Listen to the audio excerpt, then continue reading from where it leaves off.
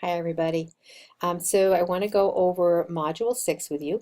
I decided I'd open this up a little bit early for you because I'm giving you a book to read, okay? And the name of that book is Power Up. And as I note here, I could have given this to you at the beginning of the semester, but it really wouldn't have been as powerful as now. So I'd like you to read it now. It's an online preview of this book, so it won't be up here forever. So I want you to get at it as soon as possible. I don't want you to have to buy this book. I want you just to be able to read it online.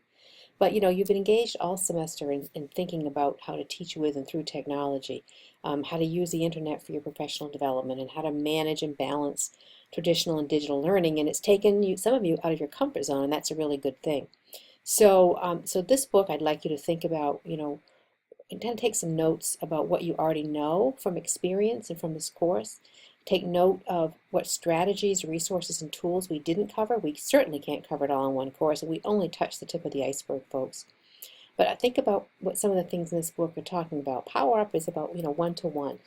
Students having that electronic device there to use, whether it's an iPad, a Chromebook, a laptop.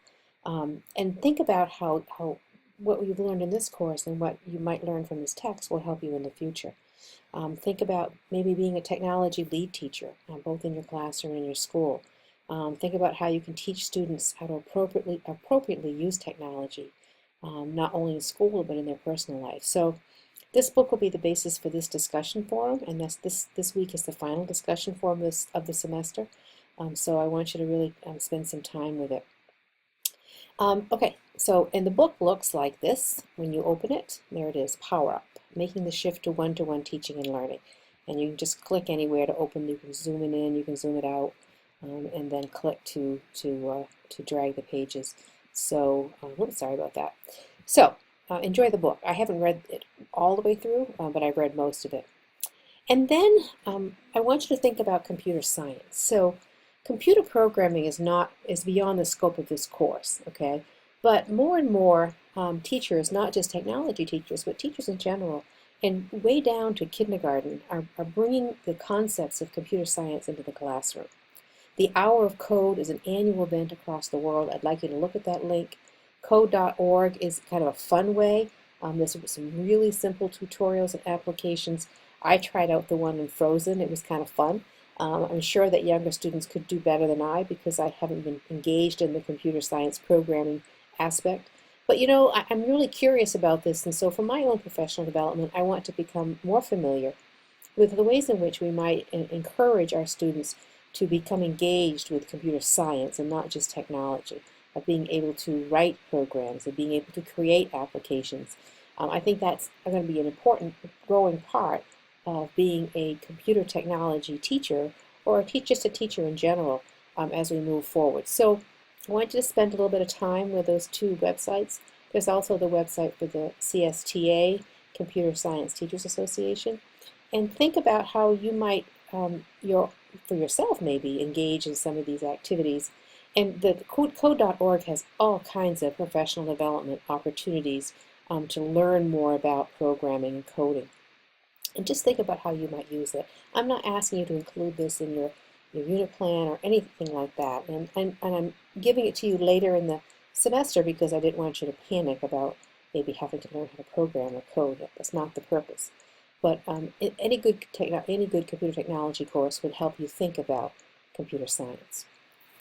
The third thing I'd like you to think about is digital citizenship, netiquette as we call it. Okay, appropriate use of technology and the ways in which we should conduct ourselves in a digital world. I've given you a link to a digital citizenship scope and sequence that has pre-made lessons that you could use. I'd like you to investigate the grade level you're teaching or going to teach, and then think about how you might incorporate that into your teaching. Again, I'm not asking for it to be part of your end of the semester unit plan, but it is an important thing to consider. So I'd like you to take some time with that. And actually, I'm going to open this up so you can see what it looks like. So here we go. It's a scope and sequence, digital citizenship curriculum on Nearpod, iBooks, textbooks, just a lot of good information here for you. When I click on the scope and sequence, you can see that we have grade levels. So 6, 8, see what they have. So here are some lessons. Strategic searching. Okay, let's look at it. So here's a lesson, and it gives you the standards with which it's aligned, which is even better, okay? And the PDFs of the lessons, iBook lessons, or Nearpod lessons. So do take some time with this and investigate how you might use some of these resources in your own teaching. And then I'm providing you with a checklist for your final projects, okay? So your unit plan needs to include an aligned UBD template, okay, so that it's completely aligned all the way through. You'll have a scope and sequence for your digital story and a scope and sequence for the web quest, and you will have included in one of those scope and sequences your flipped lesson and your digital formative assessment, okay? So let me repeat that. The UBD template, 2 scope and sequences, one for digital story, one for web quest, and included in at least one of those scope and sequences are your flipped lesson and your digital formative assessment. So be thoughtful about how you're going to use those 2 pieces. Don't just plop them in somewhere. Okay, make sure that there's a sequence. That's the whole point. That you're sequencing the learning. Okay, so the digital formative assessment, could be before you're getting ready to do the storyboard for the digital story. It could be whatever. Okay, you've designed those. How will they fit into those scope and sequences? Same thing with a flipped lesson. Okay? And then your course management site, I want you to have a place where there is a description of your unit in student-friendly language. This is a student-facing website, okay? So you don't want to just take your UBD and put it up there because that won't make any sense to them. So it needs to be in student-friendly language, what's going to happen in this unit.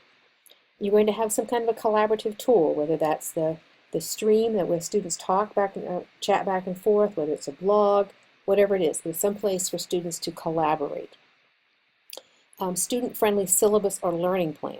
Okay, so a day-by-day indication of what is going to be happening, or week by week. But in student-friendly language. Okay, so it's not the scope and sequence you give to me. Okay, but something that makes sense to them. A place to access the flipped lesson, and so that when it's time for them to do that, they know how to get there and how to use it.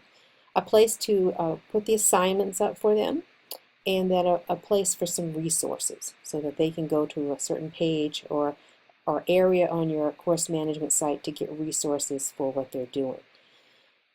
Okay, so your discussion forum for this week, as I mentioned, is about Power Up.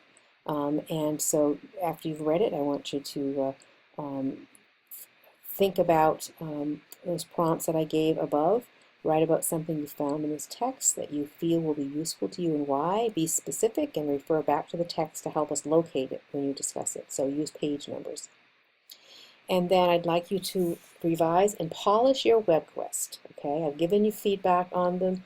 Some of you needed a little tweaking, some of you needed a lot of tweaking. So make sure that you've looked carefully at my feedback so that you are able to revise this and have it be, top-notch.